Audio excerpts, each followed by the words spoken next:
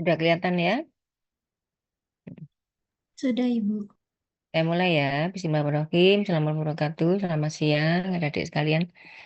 Eh, apa, dulangi salamnya, enggak apa-apa ya.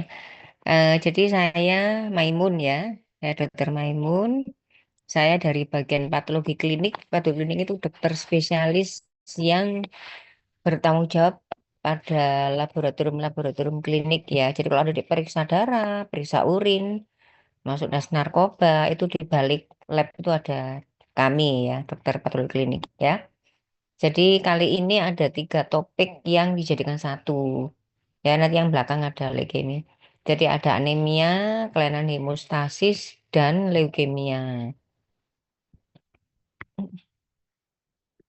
Sebelumnya kita mengenal darah kita dulu ya.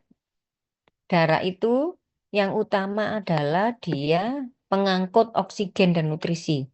Ya, di dalamnya ada beberapa sel ya yang bertanggung jawab untuk membawa nutrisi dan oksigen. Ya, jadi itu yang utama.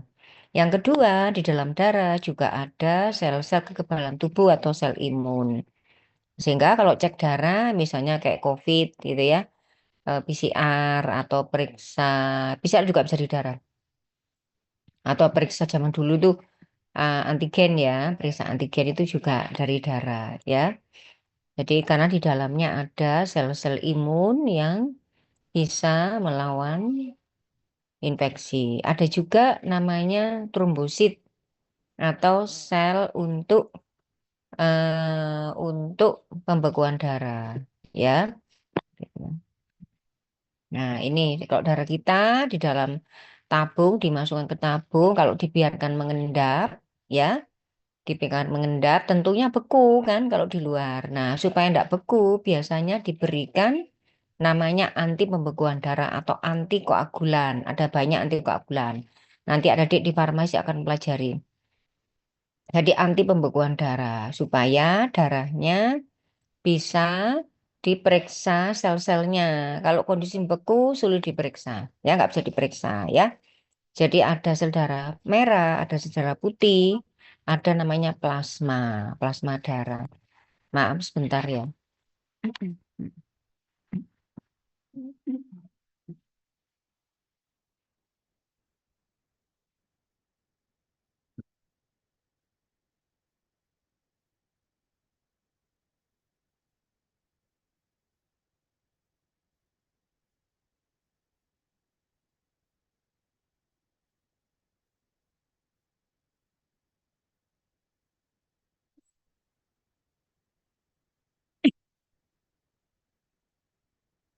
Nah, kalau periksa sel-sel darah, maka darahnya itu di dalam ini, ya.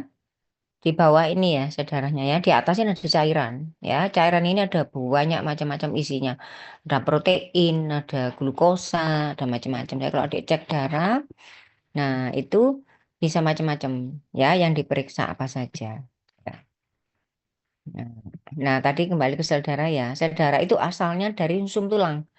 Jadi kalau ada adik bilang orang awam biasanya taunya sum tulang itu sum tulang belakang. Sehingga kalau misalnya ada tindakan namanya pengambilan sum tulang untuk pemeriksaan lab, itu takut kalau orang awam. Jadi nanti dikira kena sarafnya, lumpuh, padahal enggak.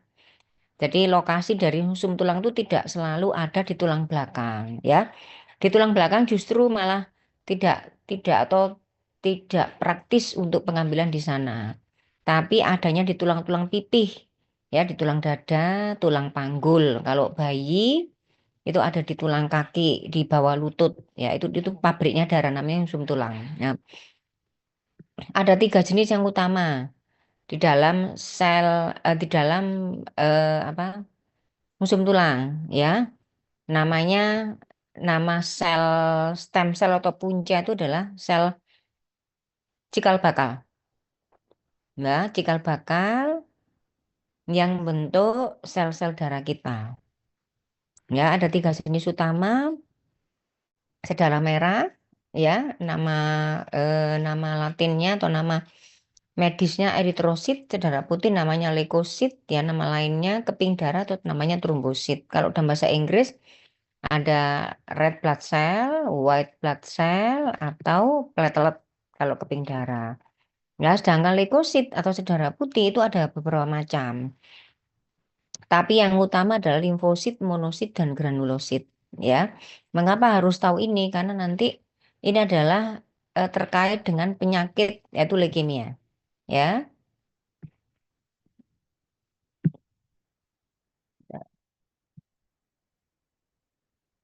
nah, leukosit ada tiga yang utama, ada limfosit, monosit, granulosit. Nah, granulosit dibagi lagi, ada neutrofil, eosinofil, basofil. Jadi semuanya ini punya fungsi dalam kekebalan tubuh. Ya, sebagai contoh eosinofil dan basofil. Ini terkait dengan dia akan berfungsi pada kondisi alergi. Ya, seperti itu. Kalau neutrofil ini banyak berfungsi untuk melawan infeksi bakteri. Kalau limfosit, monosit di virus. Ya, makanya ada waktu zamannya COVID ada eh, N, NR rasio, ya, NL rasio, ya. Jadi untuk menentukan apa perkembangan dari COVID-nya, ya. Nah, masuk ke isinya sel darah merah. Sel darah merah itu dalamnya ada hemoglobin yang memberikan warna merah. Ya, dia ini zat yang membawa oksigen. Ya, jadi di dalam sel darah merah ada hemoglobin, dia yang membawa oksigen. Nah, nanti terkait dengan kelainannya, penyakitnya, ya. Jadi sel darah merah itu meskipun namanya sel, tapi dia sudah tidak punya inti. Jadi dia berupa kantong.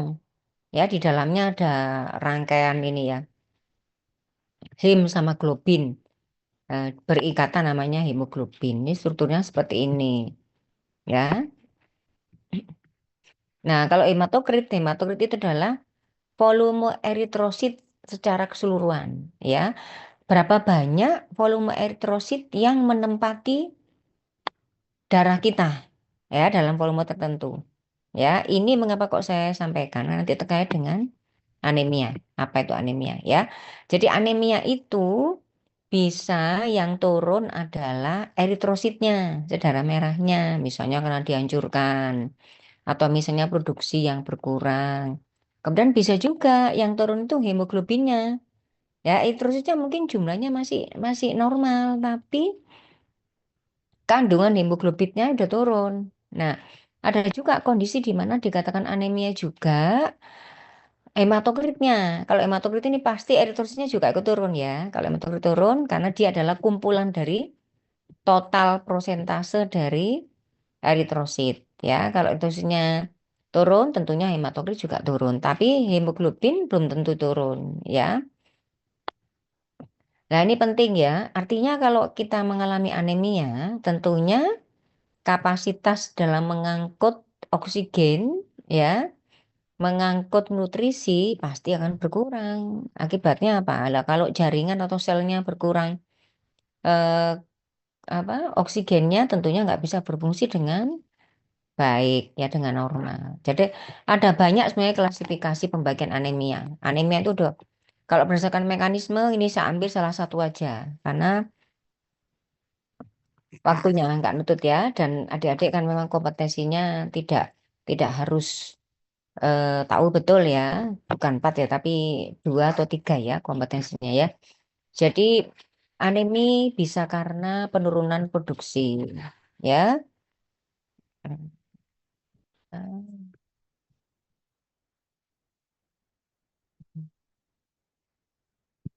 Bentar, saya stop dulu maaf karena wifi-nya agak ini. Bentar, saya ulangi ya.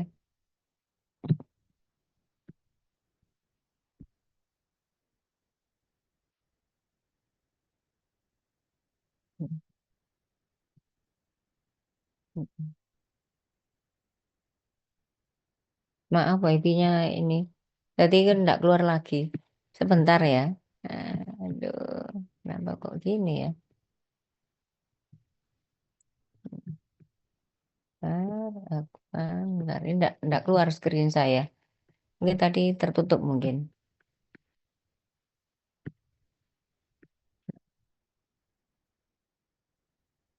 Oh ini udah kelihatan belum ya? Udah kelihatan belum ya?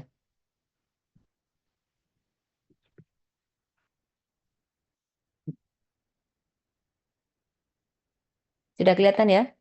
Nah, sudah Terlihat dokter. tapi kecil gitu dokter. Kenapa? Tapi jadinya kayak kecil gitu dokter.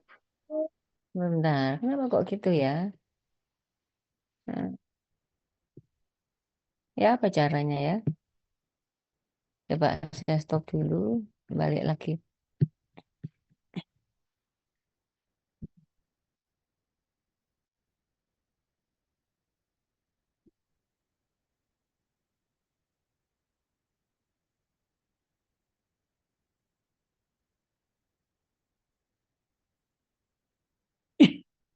Udah kelihatan?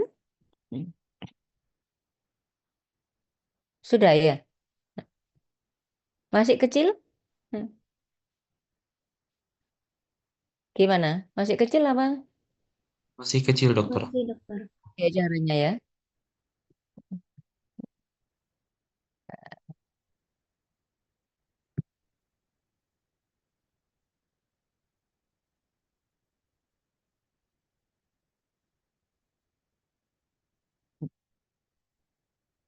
Tadi saya mau ngecek wifi malah sekarang nggak bisa.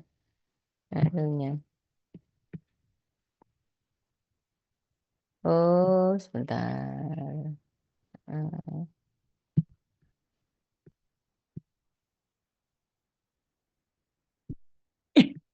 Sudah? Hmm. Sudah dokter. Oke, baik ya. Jadi anemi itu bisa karena berbagai macam sebab. Bisa karena produksinya turun, ya. Bisa karena maturasinya tidak normal. Jadi maturasi itu karena gini. Jadi sama seperti kalau manusia ya. Manusia itu kan lahir, kemudian bayi, remaja, dewasa. Nah, anemi bisa juga terjadi kalau selnya itu enggak ini, enggak matur, enggak dewasa. Ya kalau misalnya selnya masih anak-anak kan fungsinya jadi kurang. Ya, ada yang seperti itu ya. Ada juga anemi itu yang karena peningkatan kehilangan. Jadi misalnya perdarahan, ya, menstruasi termasuk perdarahan juga, termasuk kehilangan. Ya, oleh karena itu para wanita yang menstruasi itu seharusnya darahnya itu dipacu untuk produksi yang baru. Ya, jangan jangan terus malah diet, ya. Jadi enggak boleh. Jadi dagingnya harus banyak misalnya supaya zat besinya tercukupi. Kemudian sayur-sayuran, kacang-kacangan itu juga harus jumlahnya harus cukup sehingga yang hilang bisa digantikan oleh yang baru. Gitu. Atau karena anemi karena penghancuran. Jadi penghancuran eritrosit itu bisa macam-macam. Jadi istilahnya itu destruksi ya. Jadi kalau sel darah merahnya itu hancur, litik namanya hemolitik ya. Nah ini ya. Jadi kalau turun bisa karena perdarahan, bisa karena hemolitik, ini masih dibagi banyak sekali. Tapi enggak saya tunjukkan karena nanti terlalu panjang ya. Jadi ada macam-macam ya. Ada juga karena kekurangan nutrisi ya, misalnya asam folat B12 ya, bukan asam sulfat ya, asam folat ya. Nah, sekarang yang paling banyak sedunia, tidak cuma di Indonesia, adalah anemia karena kekurangan zat besi. Defisiensi itu kekurangan, ya. Zat besi atau zat ferrum, ya. Ferrum, ferro, termasuk zat besi. Zat besi itu krusial, ya, karena dia akan membangun hemoglobin, membentuk hem. Hem itu isinya zat besi, ya. Kalau globin protein, ya. Kalau kalau hemnya kurang karena zat besinya tidak ada, makanya tentunya tidak bisa membentuk hemoglobin, ya, otomatis terjadi anemia, ya. Jadi bisa karena konsumsinya yang kurang atau karena perdarahan. Perdarahan ini macam-macam, ya. Atau masa pertumbuhan. Saya beberapa kalau mungkin tahun 2024 atau 2025 ya. Saya meneliti anak-anak SD di salah satu sekolah favorit di Kepanjen, Kabupaten ya. Itu ternyata 100% itu kekurangan zat besi. Tetapi belum anemia. Jadi kekurangan zat besi itu ada beberapa tahap. Ya, tahap pertama itu eh, cadangannya turun dulu. Habis itu yang kedua, yang di daerah tepi itu turun-turun dulu. Ya, yang ketiga baru dia anemia. Ya, jadi ada tahap-tahapnya. Atau pengirimannya atau transportasinya yang tidak adekuat atau tidak cukupi. Ya, itu pada kasus tertentu nggak bisa ditransport. Ya, mungkin kendaraannya rusak. Ya, misalnya A transferenemia. Ya, itu adalah kendaraan untuk membawa zat besi. Kalau A itu berarti tidak ada. Jadi seperti itu mungkin sudah dari lahir sudah seperti itu ya. Kalau transferin adalah nama kendaraannya, ya kendaraan untuk mengirim zat besi. Kalau A itu berarti kekurangan atau tidak ada sama sekali. Atau ada antibodi yang mengikat reseptor dari transferin sehingga transferinnya nggak bisa bekerja, ya. Kemudian ada ketidakseimbangan zat besi yang nggak normal. Itu tuh beberapa contoh ini ya. Tapi yang ini jarang, nomor 3 ini jarang sekali. Apa gambar klinisnya? Jadi hampir semua anemia itu sama gejalanya. Lemah, lesu, mudah lelah. Jadi kayak pusing berputar gitu ya, bukan cunut-cunut ya. Bedakan antara headache, sakit kepala dengan vertigo. Vertigo itu mumet ya, mau jatuh. Bangun dari tidur mau jatuh. Ya, itu vertigo. Kalau sudah berat bisa sesak napas, gak tahan dingin ya, malas, atau bahkan mengganggu konsentrasi pada anak-anak. Bisa jadi konsentrasinya sangat berkurang. Ada gejala yang ekstrim, tapi ini saya enggak pernah menjumpai ya, hanya ada di teori dan waktu pernah lihat di TV ya. Jadi Pika. Pika tuh makan makan tanah, makan kaca, makan plastik gitu ya, jarang sekali ya. Itu ekstrim. Kailitis ya, kailitis itu radang pada ini pada apa? Ujung-ujungnya bibir mulut ya. Koilonekia ini juga kukunya seperti sendok. Ini juga saya enggak pernah menjumpai ya. Pada bayi tentunya akan terganggu perkembangannya. Kemudian pada trimester pertama ibu hamil bisa jadi terjadi gangguan dari perkembangan janinnya atau berat badannya turun ya. Ini pucat. Kebetulan bule ya nggak kelihatan ya. Kemudian ini kukunya yang kak sendok seperti ini ya, koilonukia. Nah, koilonukia kayak sendok itu ada cekungannya di tengah ini ya.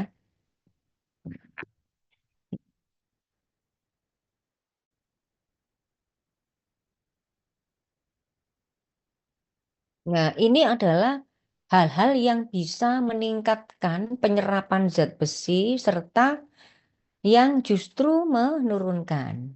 Ya, sebagai contoh teh. Jadi adik-adik dilarang keras habis makan langsung minum teh. Padahal sering seperti itu ya. Apapun makanannya, minumnya teh betul. Ya, teh betul bla bla bla. Justru dia menghambat penyerapan. Teh itu sebenarnya bagus, antioksidan, tetapi harus ada jeda. Kalau saya mungkin 1 jam lah ya. Kalau setengah jam kadang kurang. Ya, 1 jam gitu ya. Sebelum atau sudah makan. Jadi kalau karena sayang nanti ada di dalamnya ada tannic acid. Dia menghambat besi dan juga menghambat protein. Ya, ada banyak macam-macam. Kalau vitamin C itu justru meningkatkan absorpsi atau penyerapan. Ya,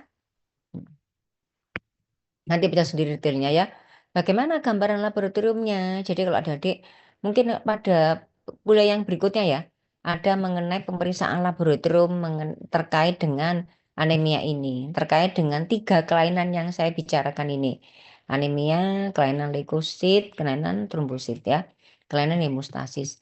Ada pemeriksaan laboratoriumnya. Jadi sekarang mungkin masih bingung, besok aja kalau yang berikutnya nanti ada kuliah atau sudah ya.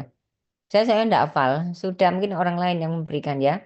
Jadi pemeriksaan darah lengkap, dulu di situ di dalamnya ada kadar hemoglobin ya turun, ada namanya MCV, MCH, MCH ini adalah indeks eritrosit ya. Kalau MCV menggambarkan volume rata-rata eritrosit. Kalau MCH, hemoglobin rata-rata di dalam tiap eritrosit. Ya, kemudian ada RDW. RDW ini variasi dari ukuran dan bentuk dari eritrositnya yang bermacam-macam. Ada lagi pemeriksaan retikulosit. Retikulosit ini adalah eritrosit yang masih mengandung banyak benang-benang RNA. Jadi dia ukuran lebih besar. Jadi masih istilahnya apa ya, setengah matang ya. Jadi belum sempurna betul dia, belum matang betul ya. Kemudian akan meningkat. Nah, ini menggambarkan maaf, normal atau turun kalau hemolitik yang meningkat. Nanti kalau dibikin apusan ya, jadi darah itu nanti dibikin preparat, terus dilihat di mikroskop akan nampak namanya hipokrom mikrositik. Ini adalah istilah digunakan kalau eritrositnya atau saudara merahnya itu kandungan Hb-nya rendah sehingga pucat. Pucat itu hipokrom. Hipo itu kurang, krom itu warnanya kurang. Mikrositik ini kecil, mikro. Ya, harusnya ukurannya 7 rata-rata, 7 sampai 8. Tapi dia kecil-kecil. Nah, namanya hipokromikrositik. Kemudian ada lagi pemeriksaan untuk melihat status zat besinya. Bagaimana zat besi di dalam tubuh kita? Ini kan tadi kan akibat ya. Yang darah lengkap ini adalah akibatnya. Kalau ini adalah pengen tahu real berapa sih kandungan zat besi dalam tubuh kita.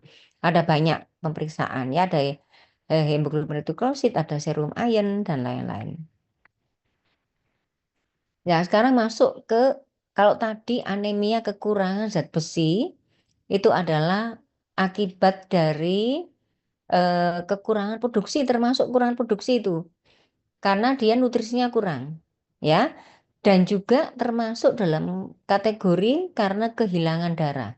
Ya, anemia zat besi itu bisa masuk dua itu ya. Kehilangan darah juga atau kekurangan dari nutrisi. Kalau talasemia ini adalah akibat dari hemolitik. Hemolitik adalah penghancuran eritrosit. Mengapa kok bisa dihancurkan? Ya, ketika tubuh kita tuh memproduksi eritrosit atau saudara merah yang bentuknya aneh, yang nggak normal, maka akan memicu makrofag atau sistem imun untuk bekerja. Untuk ini kok kayak orang asing gitu ya. Ini kok ini apa ini? Kok kayak sel asing? Udah dihancurin aja deh gitu. Jadi dihancurin. Nah, talasemi ini bentuknya enggak lazim karena dia hemoglobinnya enggak normal, ada mutasi sehingga rantai hemoglobinnya itu enggak normal. Ya. Kalau rantainya enggak normal, jadi pasangan rantai kan itu ada rantai-rantai ya. Hemoglobin itu dibentuk dari rantai-rantai ya. Ada beta, ada gamma, macam-macam rantai yang untuk merangkai hemoglobin tadi itu. Nah, kalau cacat rantainya, tentunya eritrositnya juga akan cacat. Sehingga dihancurkan terus sama tubuh, ya. Ada mayor, tergantung makin berat anemianya dan tergantung sama transfusi. Namanya mayor. Yang intermediate tengah-tengah. Intermediate itu tidak selalu anemi. Tapi biasanya anemia ringan biasanya ya. Maaf anemia. Kalau yang minor justru tidak anemi. Jadi nggak ketahuan. Saya ini termasuk minor. Saya juga talasemia. Saya talasemia minor. Ketawanya karena dulu itu pernah saya kena imunitik tapi autoimun. Nah, periksalah darah lengkap. Habis itu ternyata diperiksa lanjutan. Loh, kok ternyata saya juga talasemia jadi double. Ya, talasemi sama anak saya juga ketawanya gara-gara masuk rumah sakit diare terus kok anemi, aneh gitu. Aneh dokter kok anemi nggak mungkin kalau kekurangan gizi mesti ada sesuatu gitu. Akhirnya ternyata talasemi dia. Ya, tapi talasemi akhirnya semua diperiksa serumah ya.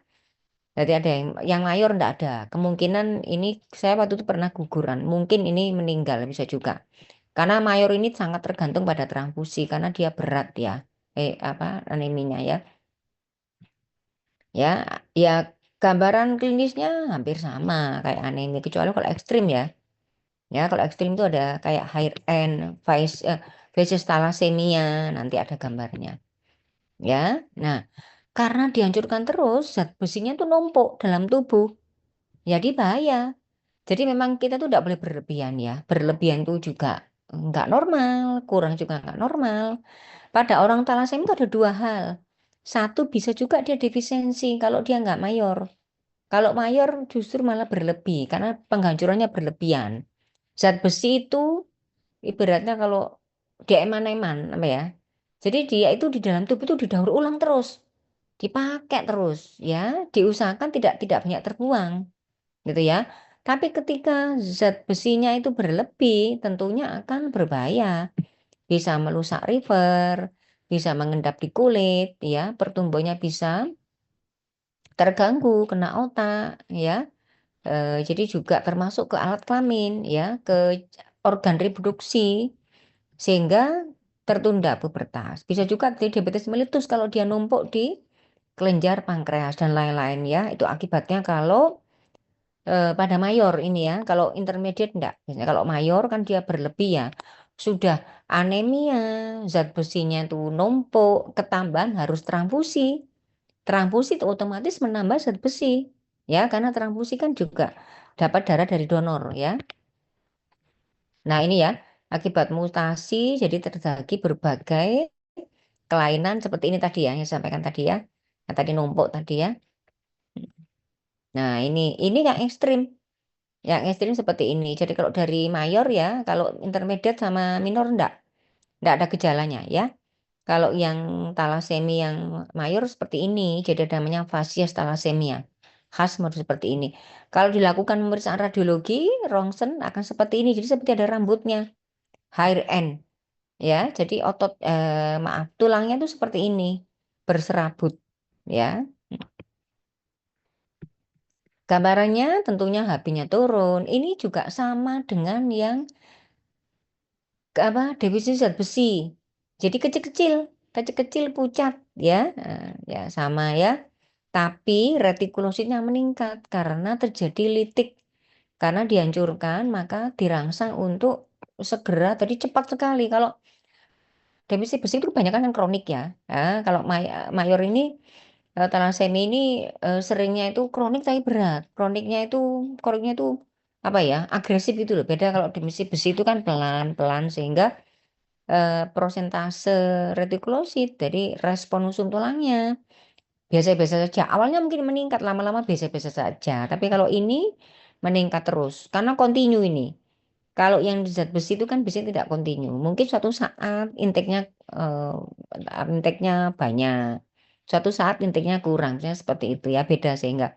Nah, untuk mendiagnosis pastinya sama seperti tadi ya, ada kalau tadi status besi, kalau ini namanya hemoglobin elektroforesis. HB itu hemoglobin ya.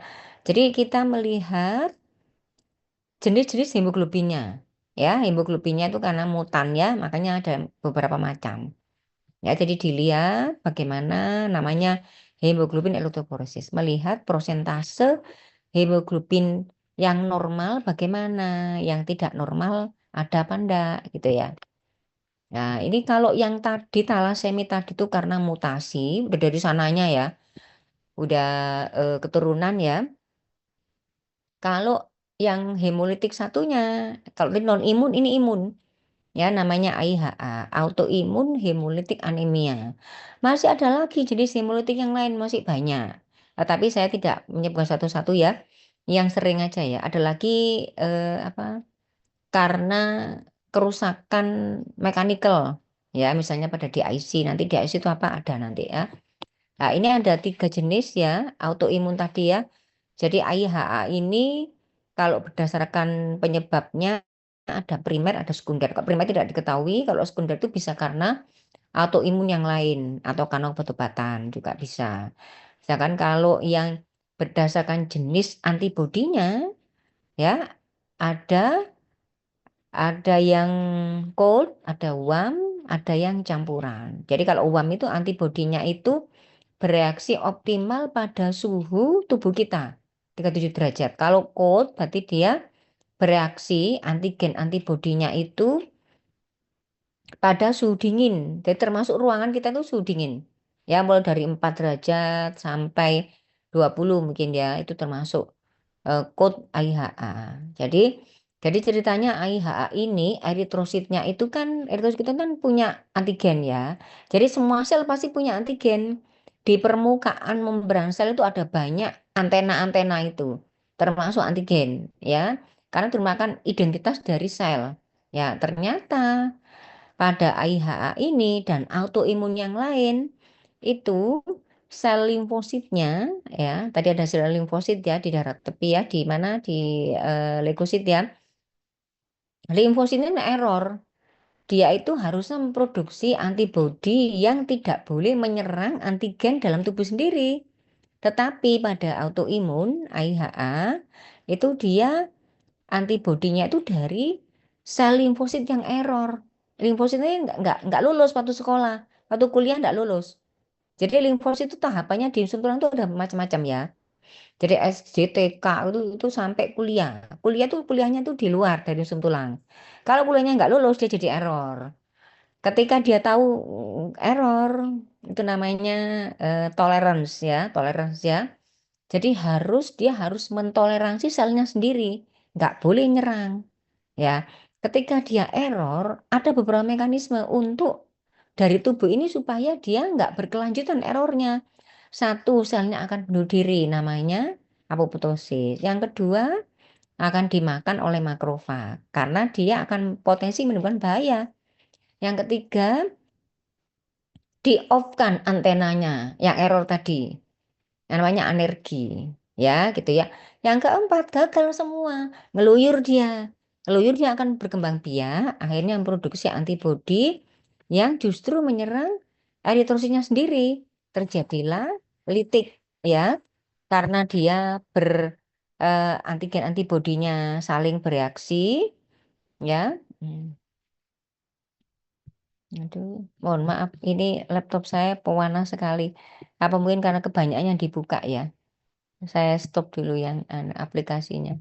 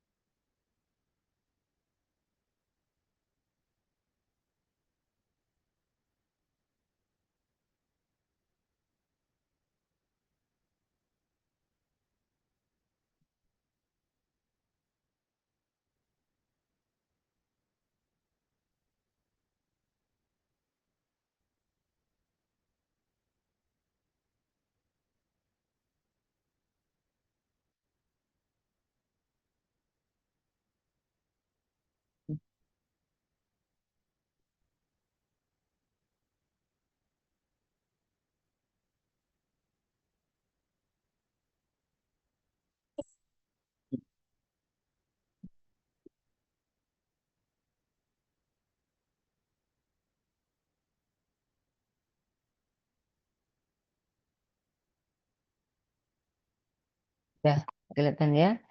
Maaf ya kalau banyak gangguan. Nah, sekarang masuk ke tadi ini belum ya. Gambaran labnya belum ya. Nah, anemia hemolitik selain AYA ada lagi anemia hemolitik autoimun. Kalau tadi auto ini berarti dia ada yang dari luar yang menyebabkan lisis ya, misalnya transfusi. Transfusi misalnya keluar darah O saya misalnya ya, dapat transfusi B. Nah, itu tidak boleh kan? Nah, dihancurkan akhirnya ya sama tubuh kita ya karena beda beda keluhan darah. Itu namanya autoimun. Kemudian akibat penggunaan obat juga bisa. Gambaran labnya hampir sama, anemia ya, klinisnya juga sama.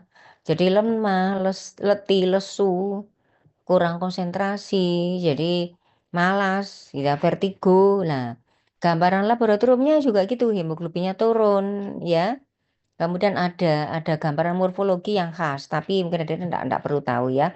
Nah, untuk tes laboratoriumnya yang harus dilakukan supaya tegak adalah namanya direkum tes. Ya, pada IHA ini ya. Direkum tes ya. Nggak ada lagi yang kul sama WAM, tetapi saya kira adik-adik mungkin enggak perlu. Yang penting tesnya tahu ya. Yang berikutnya adalah definisi nutrisi juga, tetapi kekurangan asam folat dan atau vitamin B12. Jadi namanya sama. Jadi kalau misalnya kekurangan asam folat saja juga megaloblastik, kekurangan vitamin B12 saja juga sama megaloblastik karena gejalanya sama. Ya, ini gambaran selnya tuh besar-besar. Kalau tadi kecil-kecil, ya, tiga tadi kecil-kecil, kalau ini besar-besar. Ya, oval bentuknya ya. Defisiensi asam folat B12 ini menyebabkan gangguan sintesis DNA. Kalau DNA-nya terganggu sintesisnya, maka tentunya maturasi selnya juga akan terganggu. Akibatnya selnya besar-besar, tetapi dia tidak matur, sehingga fungsinya tidak optimal, ya, nggak normal. Gambar klinisnya juga hampir sama, ya. Ya, kemudian ini juga ada lagi yang khas ya, ada nanti gambarnya ya Dan ya. Nah, ini ya. Jadi ada glositis, ini ekstrim ya. Jadi lidahnya kemerahan, perih ini ya. Dan ada lagi keilitis kayak tadi ya, kayak demensia FE ya. Jadi ada radang di tepi-tepi di ujung ini. Kalau bayi bahaya ini. Ada neural tube defect. Jadi ini bisa gangguan pertumbuhan nanti persarafan ya. Jadi gini, jadi terganggu. Jadi tulang belakangnya tidak nutup sempurna. Ya, gambaran labnya kalau tadi hanya anemia, tapi kalau defisiensi asam folat atau B12 bisa kena tiga-tiganya sel tadi. Bisa kena ke leukositnya jadi turun ya. Aitosnya juga turun, trombosit juga turun, namanya pansitopenia. Jadi penurunan jumlah sel darah tiga-tiganya. Kalau dua namanya bisitopenia. Karena besar maka MCV-MCA-nya juga meningkat. Neutrofilnya karena intinya tadi itu tempat tadi DNA-nya terganggu, maka terjadi hipersegmentasi. Jadi bentuk intinya itu bersegmen-segmen lebih dari 5 atau lebih ya. Kemudian ini harusnya ada gambarnya saya deli karena waktunya nggak nutut ya. Peningkatan bilirubin ya, peningkatan LDH, kemudian susun tulangnya jadi sangat hiperplasi itu meningkat ya, meningkat jumlahnya, ukurannya juga gede-gede gitu ya. Ada retikulositopenia, jadi retikulositnya turun karena terhambat maturasinya. Sekarang masuk ke kelainan hemostasis ya. Hemostasis itu apa sih sebenarnya? Jadi itu adalah mekanisme tubuh untuk menghentikan perdarahan, mencegah perdarahan spontan dan menjaga darah tetap cair. Jadi ada tiga hal ini ya. Kalau kita terluka sekecil apapun langsung bekerja ya sistem hemostasis dalam tubuh kita supaya perdarahannya berhenti atau mencegah supaya tidak perdarahan terus ya. Yang terakhir, kalau sudah dibuntu ya lukanya tadi otomatis kan darahnya jadi nggak lancar. Jadi harus dicarikan lagi. Ya, ketika sudah nutup lukanya, darahnya harus dicairkan lagi ya. Jadi tiga itu ya. Jadi ada beberapa langkah ya hemostasis. Jadi ini adalah beberapa faktor yang berperan. Ada pembuluh darah di situ. Jadi kalau ada luka, pembuluh darahnya akan segera bekerja, dia akan mengkerut namanya vasokonstriksi. Kemudian sel darah juga akan ikut terlibat. Namanya yang trombosit ya, yang tadi saudaranya ya, atau keping darah atau platelet. Trombositnya ini akan membentuk sumbat trombosit namanya platelet plak. Kemudian yang berikutnya, kalau ini masih gagal, jadi tahap satu, endotel ya, sama pembuluh darah, sama trombosit tahap satu. Kalau tahap satu gagal, lanjut. Atau bahkan sebenarnya tetap lanjut, gagal atau tidak tetap lanjut ya. Karena supaya lebih kuat. Nah, tahap kedua ada 12 faktor pembekuan. atau faktor koagulasi yang akan membentuk bekuan lebih baik lagi, lebih rapat lagi, atau membentuk jaring-jaring fibrin namanya ya. Kalau sudah buntu, kalau lukanya sudah nutup, tentunya pembentukan ini tadi, sumbat tadi itu menyebabkan aliran darah jadi kurang lancar. Nah, dilancarkanlah kembali dengan proses namanya fibrinolisis. Ya, ini adalah tahap ketiga. Ya, ini harus seimbang. Ya, kalau ada salah satu kelainan, maka akan menimbulkan penyakit. Ya, jadi ini harus seimbang antara inhibitor, ya, antara fibrinolisis, ya, antara stimulator atau aktivator. Ya, ini harus bekerja dengan seimbang. Nah, ini prosesnya, detailnya seperti ini ya. Tadi yang saya sampaikan tadi ya, tahap 1 di sini ada platelet plak. Yang kedua lebih dikencengin lagi ya supaya betul-betul nutup lukanya dengan jaring-jaring fibrin. Ini adalah kaskade, namanya kaskade koagulasi pada tahap 2. Rangkaian reaksi ya, rangkaian reaksi untuk membentuk jaring-jaring fibrin supaya lukanya menutup lebih sempurna. Nah, kalau sudah baru kemudian diurai ya. Kalau gitu kelainannya apa saja? Jadi kelainannya mulai dari pembuluh darahnya ya. Kelainannya bisa di trombositnya.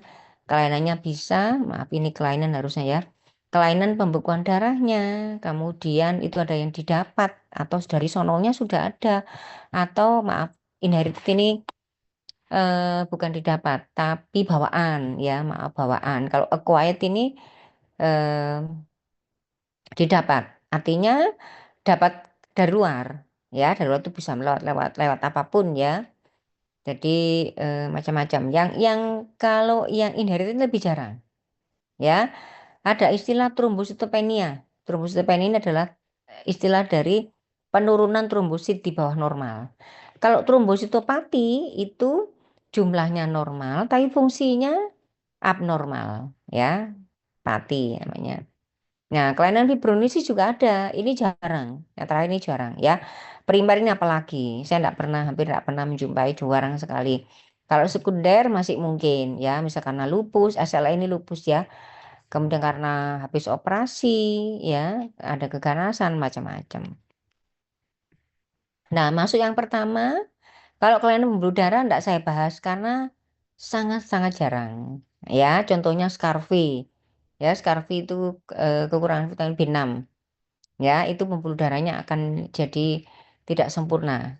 Ya, ada lagi kelainan pembuluh darah itu namanya vaskulitis, jadi radang pada pembuluh darah.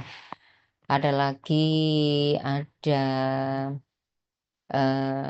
kelainan endotelnya, tapi itu lebih jarang ya. Jadi saya langsung menuju ke kelainan hemostasis yang mengenai trombosit ya. Jadi yang paling banyak adalah imun trombositopenia. Dari namanya imun berarti penyebabnya adalah karena faktor imun. Jadi terutama autoimun ya. Sama kayak tadi IHA. Bedanya ini yang diserang itu trombositnya sendiri. Kalau tadi eritrositnya sendiri yang dihancurin.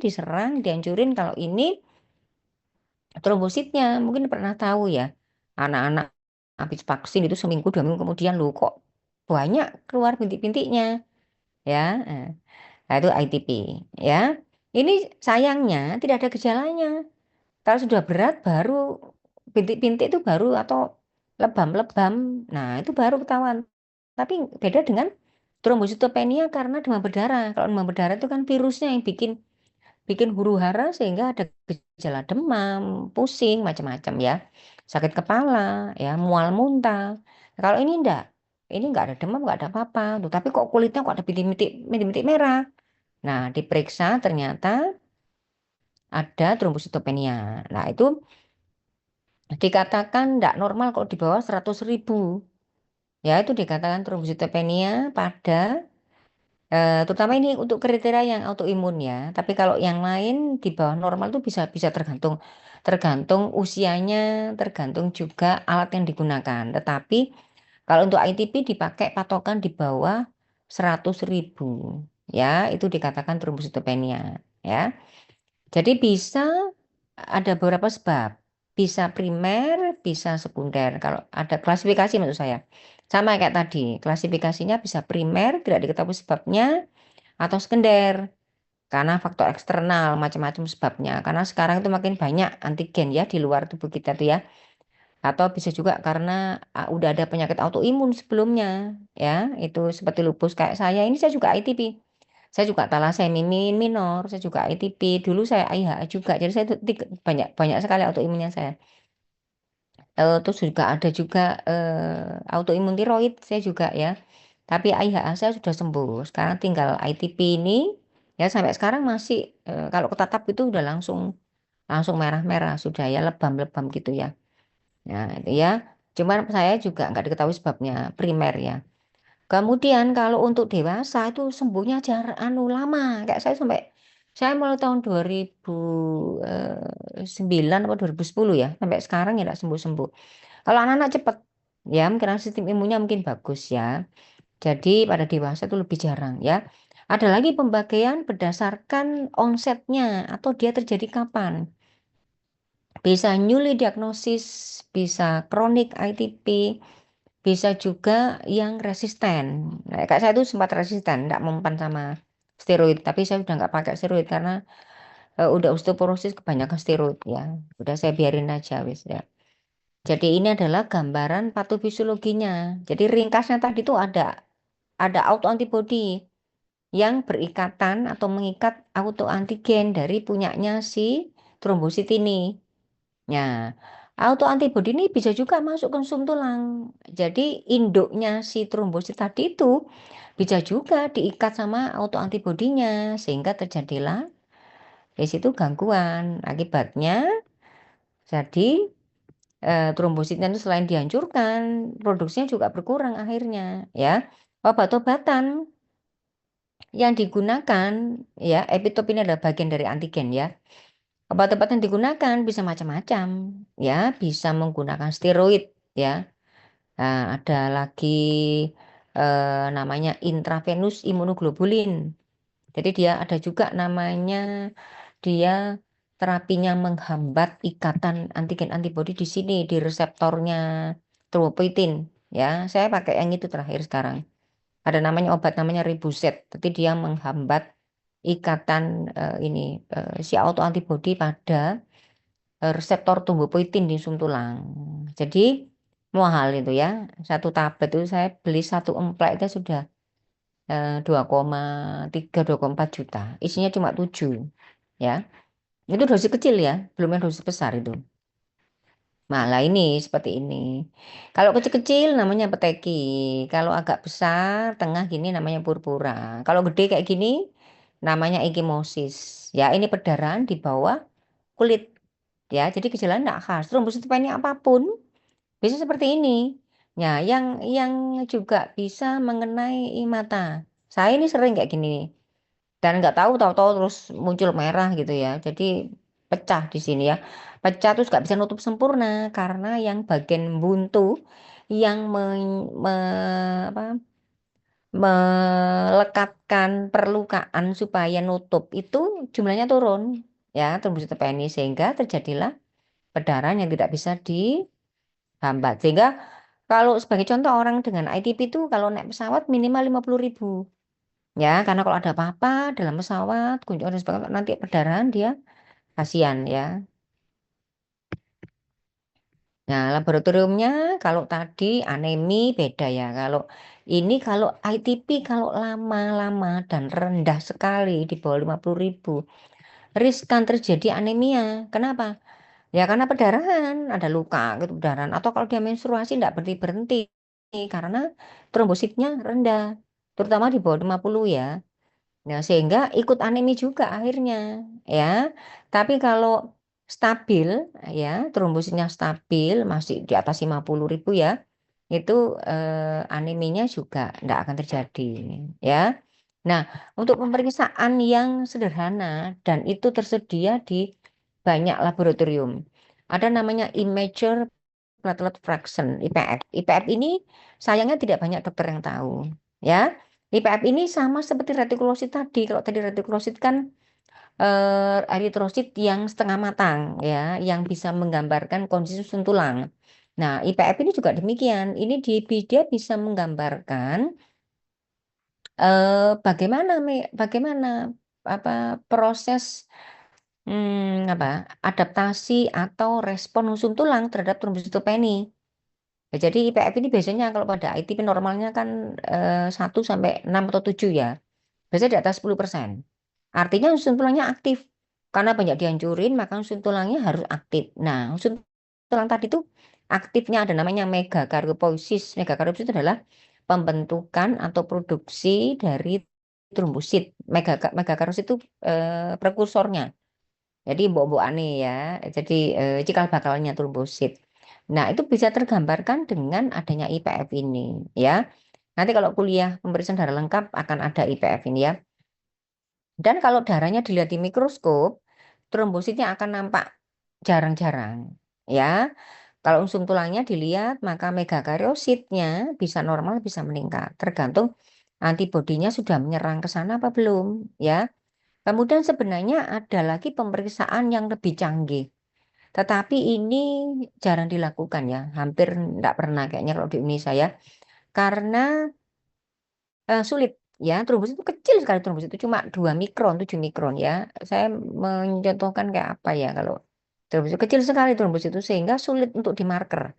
Jadi ada di dalam di membrannya itu ada namanya GP ya, glikoprotein 2B3A. Itu adalah antigennya. Nah, ini kita kalau membeli antibodi terhadap GP ini berikatan, dikasih pendar warna, diperiksa, nah akan ketahuan ada ndak ya autoantibodinya gitu ya. Tapi sayangnya tadi sulit dilakukan ya, ndak banyak lab yang memeriksa. Nah, tadi ya sudah sampaikan tadi ya sekilas ya terapinya ya, tapi terapi yang menurut ASH, American Society of Hematology 2019 itu pedomannya adalah yang utama adalah kortikosteroid. Ya, kortikosteroid ini adalah yang pilihan pertama. Ya, kedua baru IVIG, imunoglobulin tadi, ada lagi anti D, ada juga imunosupresan. Biasanya kalau udah lama kronik kayak saya itu udah nggak mempan, jadi harus dikasih imunosupresan. Ya, terakhir kalau limpanya membesar harus dioperasi splenektomi. Ya, atau kalau antibodinya banyak ada namanya plasmaferesis. Plasmaferesis ini membuang ya plasma di dalam tubuh kita dan menggantinya dengan cairan lain seperti orang hemodialisis ya gitu ya. Nah, ini yang kelainan hemostasis yang lain ada vitamin K defisiensi bleeding, ini hanya pada bayi-bayi ya, dewasa sangat jarang. Bayi itu selalu kalau lahir itu selalu dikasih profilaktik vitamin K intramuskuler karena dokter anaknya tidak bisa menjamin ibunya betul-betul memang vitamin K-nya cukup ya, karena anaknya itu butuhnya nanti dapat dari ibunya ya. Jadi vitamin K ini penting sekali karena dia diperlukan untuk sebagai kofaktor untuk pembentukan faktor-faktor pembekuan di dalam liver atau di hepar atau liver atau hati ya. Tapi sayangnya waktu parunya pendek ya, jadi disimpan dalam tubuh cuma sebentar sehingga harus ada intake dari luar ya. Nah, ini mekanismenya, ini reaksi kimiawi enzimatik, bagaimana peran dari vitamin K dalam membentuk faktor-faktor pembekuan yang berperan dalam tahap 2 tadi. Ya, ini ya. Ini sumber vitamin K. Ya, ada K1, ada K2, dua-duanya penting. Ya, kalau K1 itu hijau-hijau ya, brokoli, dan juga ada yang berwarna-warna. Ini kalau vitamin K2 itu kacang-kacangan ya, kemudian susu, apalagi apa telur ya, eh, daging ya kebanyakan dari hewani kalau K2. Kalau K1 kebanyakan dari nabati ya, sayur yang berwarna. Penyebabnya ada dua, bisa dari ibunya, bisa juga dari si janinnya. Misalnya ibunya tidak sehat pola makannya, atau ada gangguan absorpsi, penyerapan, makanan-makanan kalengan itu ya yang sudah diiradiasi atau mengandung dioksin itu juga nggak boleh. Kemudian menyusuinya tidak memberikan ASI yang cukup karena vitamin K itu sedikit dalam ASI. Jadi kalau ASI cuma sedikit, tambah sedikit vitamin K-nya ya. Kemudian obat-obatan selama kehamilan itu ada juga yang menghambat apa vitamin K untuk ke anaknya, dari ibunya ke anaknya. Ya, ada macam-macam. Kemudian ada juga karena diabetes ibunya, toksimia. Jadi misalnya pada waktu hamil ada kelainan ya, atau masalah plasenta. Nah, stres, ingat ya, para calon bapak ini ya, jangan sampai nanti calon istrinya atau istrinya kalau hamil, jangan dibikin stres ya. Santai-santai, jangan dimarah-marahi ya. Kemudian kalau dari neonatusnya, mungkin karena kurang menyusuinya ya, tidak sampai, mungkin nggak sampai 4 bulan ya. Atau saluran pencernaannya yang bermasalah, diare misalnya, atau hipoksia. Hipoksia itu oksigennya kurang sesak ya, atau prematur ya, dan lain-lain. Nah, laboratoriumnya sayangnya pemeriksaan vitamin K itu tidak praktis ya, sulit dilakukan dan seringkali itu tidak sesuai dengan kondisi tubuh. Makanya pemeriksaan labnya tidak ada yang spesifik ya, kecuali ada PIPK2. Ya, paling cuma kita periksa prothrombin time. Prothrombin time itu untuk melihat responnya memanjang apa enggak ya. Kemudian ini secara enggak langsung kalau prothrombin time di dalam laboratorium ada yang rutin ya, ada trombosit, prothrombin time, ada lagi APTT ya. Kemudian kalau vitamin K ini yang saat ini memang juga bukan udah lama sih, cuman enggak diperiksa karena mahal ya, PIVK2. Ini yang di, dipakai sebagai untuk membantu diagnosis ya. Kemudian kriteria diagnosisnya ya untuk menentukan apakah ini VKDB atau bukan, yaitu adalah pemeriksaan prothrombin time tadi. Kalau lebih dari 4 kali dari nilai normal, disertai trombositnya masih normal atau meningkat, fibromikin normal, atau prothrombin time-nya ke normal setelah jadi normal setelah dikasih vitamin K, ya, dan atau peningkatan kadar PIVK ya diperiksa di lab. Jadi ini diagnostiknya seperti ini kalau kita mau menegakkan ya. Nah, karena masuk hemofilia, hemofilia ini diwariskan ya, jadi kena laki-laki karena dia resesif ya, karena perempuan tuh X-nya 2. Jadi jarang yang X itu kena kena hemofili, biasanya salah satu ya. Kalau laki-laki karena X-nya cuma 1 sehingga bergejala pada laki-laki. Kalau perempuan hanya membawa, tidak bergejala. Ya, biasanya ketahuannya itu pas waktu hitannya pas bayi loh, kok mancur, kok enggak berhenti-berhenti perdarahannya. Nah, terus curiga, jangan-jangan hemofili gitu ya. Atau misalnya belum hitan, tapi anaknya sudah aktif, lari-lari kemana, ketabrak, jatuh. Itu lututnya, sikunya itu kok bengkak. Nah, itu ketahuannya itu. Ya. Jadi ada 2, hemofilia A dan hemofilia B.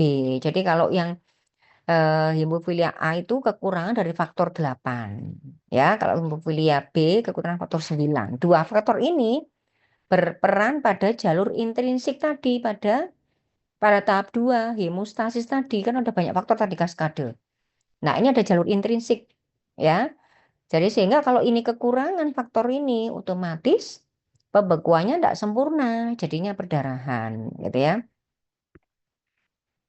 Nah, ini ya, jadi diperiksa labnya faktor 8 dan faktor 9. Ada pemeriksaan labnya, tapi ya itu tadi jarang karena harus fresh ya. Kalau harus fresh, jangan yang pemeriksaan pasiennya jarang, otomatis ya labnya nggak laku. Akhirnya banyak yang nggak mengadakan tes itu.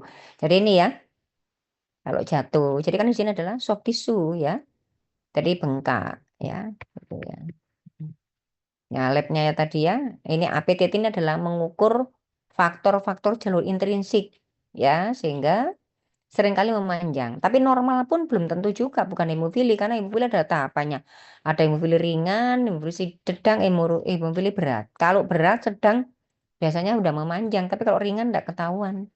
Ya, bleeding time ini adalah waktu perdarahan, prothrombin time, ya, trombositnya normal. Kemudian, nah, untuk memastikan diperiksalah faktor 8 dan atau faktor 9. Salah satu, curiga yang mana, ya. Nah, sekarang kelainan trombotik. Kalau tadi kelainan perdarahan, sekarang justru buntu. Ya, tadi udah ada sampaikan di awal-awal ya bahwa harus seimbang antara faktor-faktor tadi dengan endotel, trombosit, ya semuanya harus seimbang. Namanya triad-Virso. Ya, ini harus tiga-tiganya harus normal ya. Trombosis itu ada dua. Ada arteri, ada yang di vena. Ya. Jadi jadi buntu apa nggak mau lisis dia. Habis bekerja menutup luka udah langsung malah terus membentuk sumbat. Tadi ya, membentuk fibrin terus akhirnya buntu pembuluh darahnya. Ya, kalau buntu otomatis tentunya sel-sel tubuhnya tidak mendapatkan oksigen, lama-lama mati selnya. Nah, itu trombosis ya. Jadi trombosis kalau berlebihan lama-lama pembuluh darahnya pecah, terjadilah perdarahan ya. Gitu. Pada akhirnya ujungnya perdarahan juga ya. Nah, ini trombosis ini bisa juga karena adanya infak ya, infak miokard ya, jantung ya. Jantungnya itu mengalami jaringannya itu mengalami nekrosis ya, kemudian terjadi aterosklerosis ya, terjadi buntu ya, kemudian apa yang membutuhkan campuran kolesterol ya. Ada kolesterol, ada fibrin, ada trombosit. Campur di situ ketika lepas. Nah, dia keliling kan, jalan-jalan ke pembuluh darah. Berhentilah di pembuluh darah kecil, terjadilah trombosis. Ya, bisa seperti itu juga. Kalau di otak, ya terjadi stroke. Ya, apa resikonya? Ya, kalau udah usia tua, mengapa? Ya, karena endotelnya sudah tidak normal ya, kemudian ada obesitas, ada kanker atau hiperkoagulitas bawaan ya. Ini pembagiannya ya. Jadi ada vena, ada arteri tergantung jenisnya. Vena dibagi lagi di VT dan pulmonari. Ada yang di kaki ya, paha, kaki. Di vein ini kalau pulmonari di paru. Kalau yang arteri bisa di jantung, bisa di otak atau di tempat lain ya. Ya, sekarang di IC, wah ini masih belum leukemia ini ya. Tinggal sedikit waktunya ya. Nah, di IC ini adalah dari namanya ya, koagulasi di mana-mana di pembuluh darah. Jadi buntu di banyak lokasi.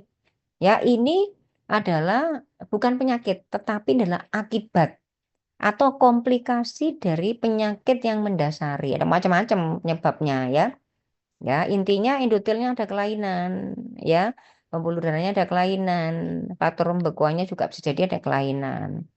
Ya, contohnya ini ya. Ya ini patomekanismenya. Ini yang terkenal apa namanya? Di IC pada zaman COVID apa? Badai sitokin. Masih ingat nggak badai sitokin? Nah, itu salah satu penyebabnya adalah badai sitokin.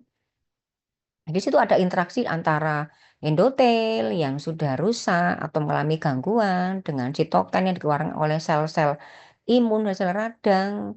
Jadi ada interaksi dengan juga ini akhirnya terjadi juga kalau ada gangguan endotel otomatis datang ke situ sel radangnya trombosit yang datang ke situ ada apa kamu kok ada kelainan kok gitu ya kayak manggil-manggil ya interaksi semua ini akan menyebabkan numpuk di sini. Nah, kalau di sini numpuk, terbentuklah jaring-jaring fibrin tadi, kaskadokoagulasi. Akhirnya kan pembuluh darahnya kan bisa terbuntu, entah itu separuh atau full. Nah, lama-lama alirannya kan dipercepat, tensinya dinaikkan, wow, supaya alirannya tuh kalau ada buntu kan aliran tambah cepat kan, karena darah itu dipaksa untuk udah dipanggil sama selnya yang butuh butuh apa nutrisi. Nah, lama-lama akan lepas, kena kena kena apa aliran itu lepas. Nah, lepasnya ini akan membuntu. Nah, bisa terjadi di IC. Nah, ya, di IC ini contohnya pada kehamilan, ya, pada infeksi bakteri bisa semua. Orang dengan kanker juga bisa terjadi di IC. Orang perokok udah bisa di IC, ya, jangan sampai ngerokok ya. Apalagi anak farmasi ya, anak kedokteran, farmasi, medis jangan ngerokok ya.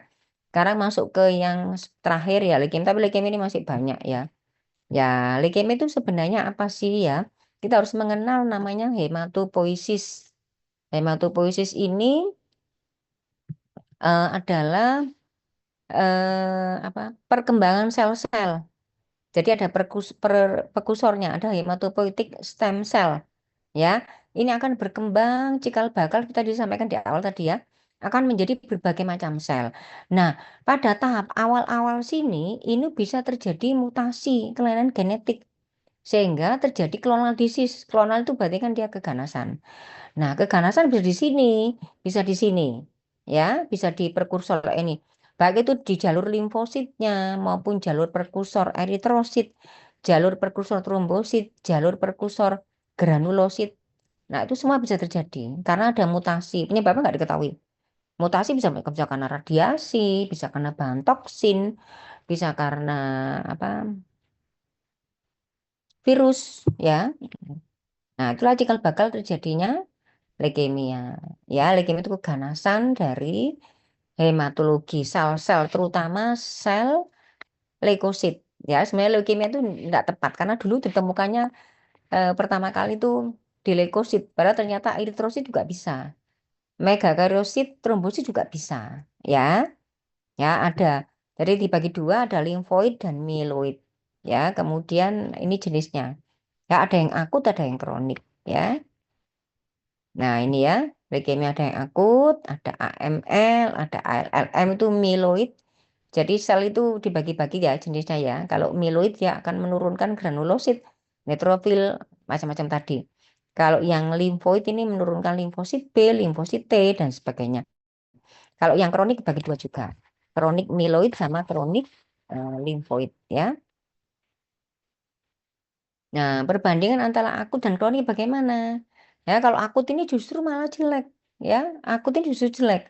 Dia akan cepat progresinya ya. Anaknya mungkin biasanya anak-anak juga dewasa sama ada semua ya. Biasanya leukositnya tinggi. Blast ini adalah sel yang masih immature. Jadi cikal bakal sel tadi. Blast ini macam-macam. Kalau dia serinya melo namanya meloblast, tapi kalau blastnya yang limfo namanya limfoblast. Leukositnya bisa tinggi, bisa normal, bisa rendah. Ya, ada trombositopeni, trombositnya turun. Ada anemia berat, bisa anak-anak, bisa dewasa. Ini cepat onsetnya, ya, jadi jelek sering kali ya. Kalau yang kronik ini pelan-pelan, lambat, kadang tidak terasa. Ya, terus kemudian sel imatur itu kurang dari 10%. Kalau ini tadi lebih dari 30 biasanya ya, lebih dari 20. Kalau kemudian leukositnya tinggi sekali sampai ratusan ribu kalau kronik. Kalau akut juga bisa. Tetapi lebih sering yang kronik itu sampai ratusan ribu.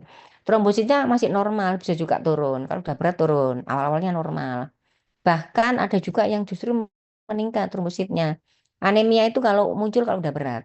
Ya, kalau dewasa, kalau anak-anak sangat jarang. Yang kronik ya, sangat jarang. Anak-anak sering yang awitan atau onsetnya itu bertahap. Ya. Nah, yang akut ya dibagi dua tadi ya, mieloid ini berdasarkan garis keturunan sama limfoid ya. Ya, jadi tadi udah sampaikan ya ada mutasi ya pada progenitor atau cikal bakal dari sel-sel darah sehingga berlebihan proliferasinya.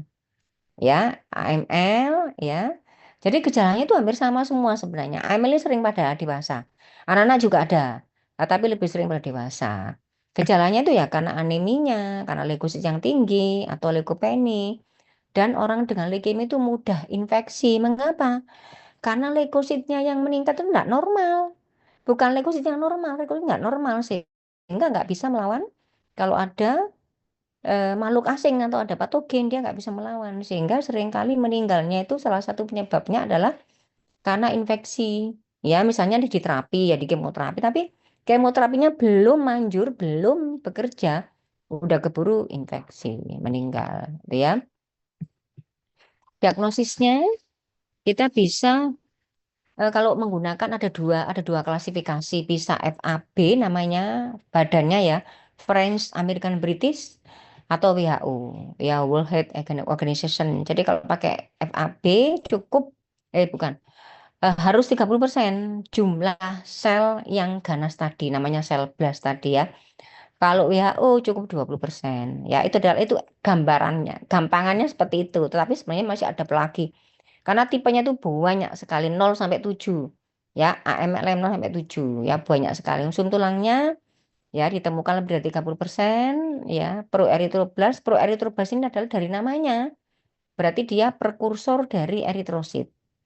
Jadi belasnya eritrosit. Itu kalau ketemu lebih dari 30%, maka itu juga termasuk leukemi. Atau prekursor yang masih sangat muda, ya, jadi ada lagi proeritrosit itu lebih dari 80%, ya. Atau ada gambaran karakteristik khas dari sel promyelositik. Sel promyelositik itu cikal bakal yang kedua. Jadi habis mieloblas menjadi promyelosit, ya. Jadi ini anu aja supaya enggak bosan lihat gambar aja. Ini adalah sel yang enggak normal. Di dalam sel mieloblas, ini sel mieloblas. Ini enggak normal sel ini. Nah, di dalamnya ada semacam badan, ini ada garis, ada kayak apa ini? Namanya aurot, tanda panah ini ya. Ini ya, yang merah ini. Ini juga. Nah, ini aurot, ya. Bentuknya batang, ini juga aurot kecil ini ya. Ini khasnya. Ya, ini contoh gambaran laboratorium. Jadi kalau adik melihat hasil lab darah lengkap seperti ini. Ya, jadi selnya seperti ini. Ini contoh salah satu contoh jenisnya yang M5. Nah, ini FAB ya, M0 sampai M7. Ini trombositnya rendah 12.000 ya. Ada anemia, anemia HB-nya cuma 8,7 ya. Leukositnya tinggi, normalnya kan sampai 10.000 ya. Ini sampai 30.000. Nah, ini hati-hati kalau leukemia. Ini ada abu-abunya, scatternya. Jadi kalau leukemia, ya. Nah, ini contoh klinisnya. Ini contoh yang M5. Jadi propotis bulbi. Jadi lihat ya matanya ya. Seperti mendulu kalau orang Jawa bilang ya. Sampai ke depan. Loh, ini diisi oleh sel leukemia nih. Di bagian belakang matanya ini, di dalam kantong matanya ini terisi oleh sel leukemia sehingga menonjol ke depan. Ya, tentunya kabur jadinya matanya. Ini masuk ke dokter mata enggak ngerti kalau tidak leukemia. Berarti kan sudah berat ya, sudah kemana-mana ya. Ini contoh lagi yang masuk ke infiltrasi ke gingiva. Ke gusinya gini ya, gusinya bengkak, berdarah ya. Ini kalau trombositopeni sehingga apa bintik-bintik ya, perdarahan. Ini contoh-contoh ya. Ini yang kronik ini, contoh yang kronik namanya cutaneous leukemia. Jadi dia ke kulit. Ya, ini kulitnya kayak gini. Bukan panu ya, bukan kadas ya. Ini leukemia ya. Tapi harus dibiopsi ya. Nah, kalau ALL, kalau tadi kan Milo ya, ini ALL, gejalanya hampir sama. Cuman pada ALL ini anak-anak kan tulangnya masih tumbuh, sehingga seringkali tulang dan sendinya itu nyeri. Nah, kalau yang AML ini kan dewasa, enggak terasa. Ya, jadi ini terasa nyeri tulang, sendi, pucat, perdarahan, gitu ya. Ya, diagnosisnya sama ya, 20% ya. Kalau tadi ada our rod, ini enggak ada kalau pada ALL. Ya, kalau tadi kan membran selnya agak lebar, ada seperti kayak rod batang ya, seperti anu gitu. Tapi gambaran labnya untuk kalau morfologinya beda. Gambaran labnya hampir sama. Ya, leukositnya meningkat 16.000, HB-nya turun 6. Nah, ini trombositnya masih bagus ini, ajaib ini, jarang ya. Kalau ALL trombositnya masih bagus ini. Oh, maaf, ini sudah ditransfusi nih. Ya, pasiennya. Nah, kalau yang kronik ada juga limfoid. Kalau tadi kan ada akut limfoblastik, ini juga ada limfoid. Kalau yang kronik ini pelan-pelan ini hanya pada dewasa ya. Hanya pada dewasa ini orangnya juga seringkali nggak terasa. Ya, tahu-tahu leukemia tinggi sekali. Klinisnya itu nggak terasa. Tahu-tahu kok sekarang anemi, kok gampang, kok kok demam. Berarti ada infeksi ya karena leukositnya nggak normal. Badan badan turun, ada pembesaran limpa, ada penurunan dari antibodi, hipogammaglobulin ini penurunan antibodi dan sebagainya, ya.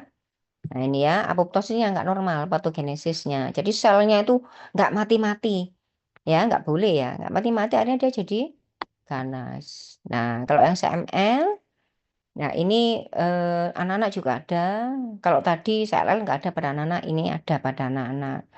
Jadi ini splitnya nanti ada gambarnya besar, hampir sama ya. Diagnosisnya harus diperiksa kromosom Philadelphia kalau CML ya. Nah ini gambarannya. Nah leukosit 200.000, 234.000 luar biasa. Ya HB-nya turun. Nah trombositnya udah turun ini, udah mulai nih, udah. Kalau seperti ini dia baru ke rumah sakit ya. Kalau trombositnya masih normal dia nggak apa-apa. Nah selnya tuh ada di darah tepi kayak gini semua, banyak sampai 200.000 ya. Nah, sudah, Alhamdulillah. Sudah selesai ya. Mm. Pas ya, 15.40. Maaf, jadi nggak ada. Setelah ini ada kuliah apa enggak? Nggak ada ya.